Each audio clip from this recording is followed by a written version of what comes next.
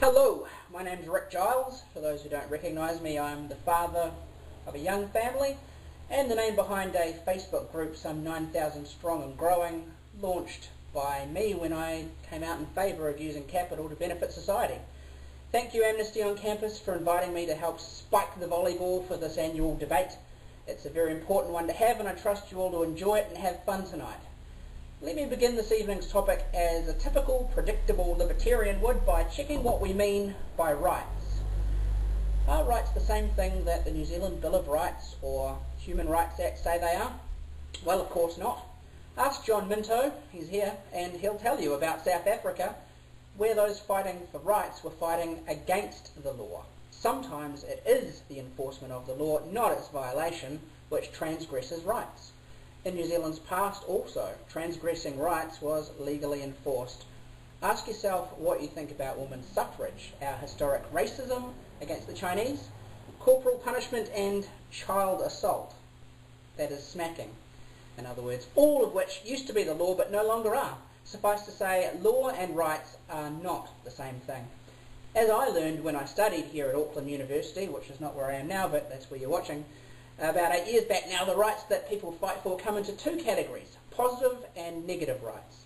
Either way, they don't exist of course, they're abstracts like numbers or the rules of baseball.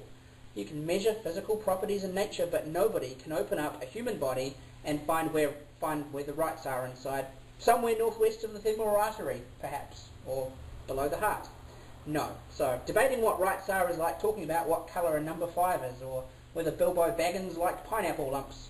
Purely speculative and nothing to do with reality or what can be verified in terms of truth value. The results, however, of whichever code of rights society subscribes to are empirically real and even frightening, since those who believe in rights of any kind believe they are a license to aggress against anyone who violates them. It does matter what they are, no matter if they are true or how we came to accept them. The idea of these obligations or rights, after all, is that if I violate yours, you're allowed to aggress against me, to fight back. So for take an example of a positive right, like the right to education, if you have a right to education, then other people have an obligation to provide you with time, energy, resources, money, materials, so that you can be educated, and if they don't, then you may retaliate, electorally or even violently. Or to take an example of a negative right as libertarians favour, how about property rights? If I have a right to my own life, time, energy, then other people have an obligation not to rob and attack me, so I can keep them. And if they do, then we say I have the right to retaliate, electorally or even violently. As you can see, when it comes to rights, we define them in two completely opposing ways, positive and negative, that completely contradict one another. Sadly, all modern discussions in our society about our society are like that, which is a car wreck, a mash-up. And that's why debate is so wild, heated, and contentious and conflicted.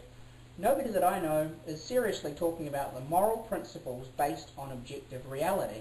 We all just pull out the word rights midstream like it's the same concept everyone else is also using and start beating each other over the head with it.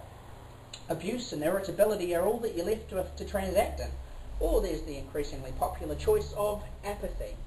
Certainly I challenge the debaters and their audience to do better than that tonight. So, to start to wrap it up, what role does government play within this mash-up environment of moral abstinence?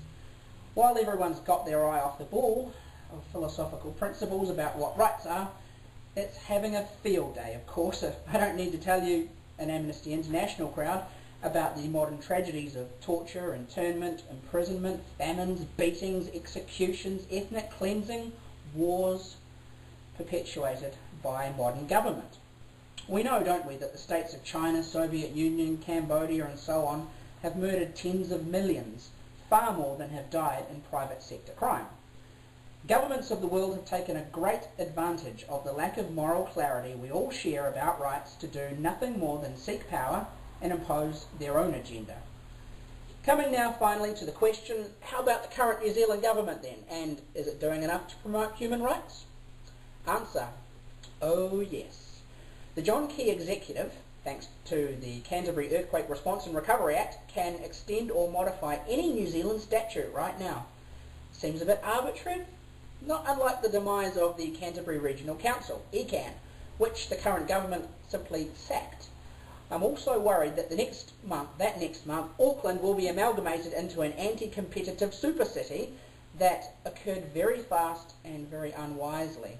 And how do we all feel about the police having tasers on the spot protection orders based on suspicion, while private firearms licences and knife-carrying laws are tightened?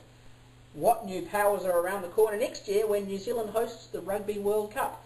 And are we done messing with the foreshore and seabird now? Or, hey, how about the Electoral Finance Act? Rights are being promoted left, right and centre, just not consistently.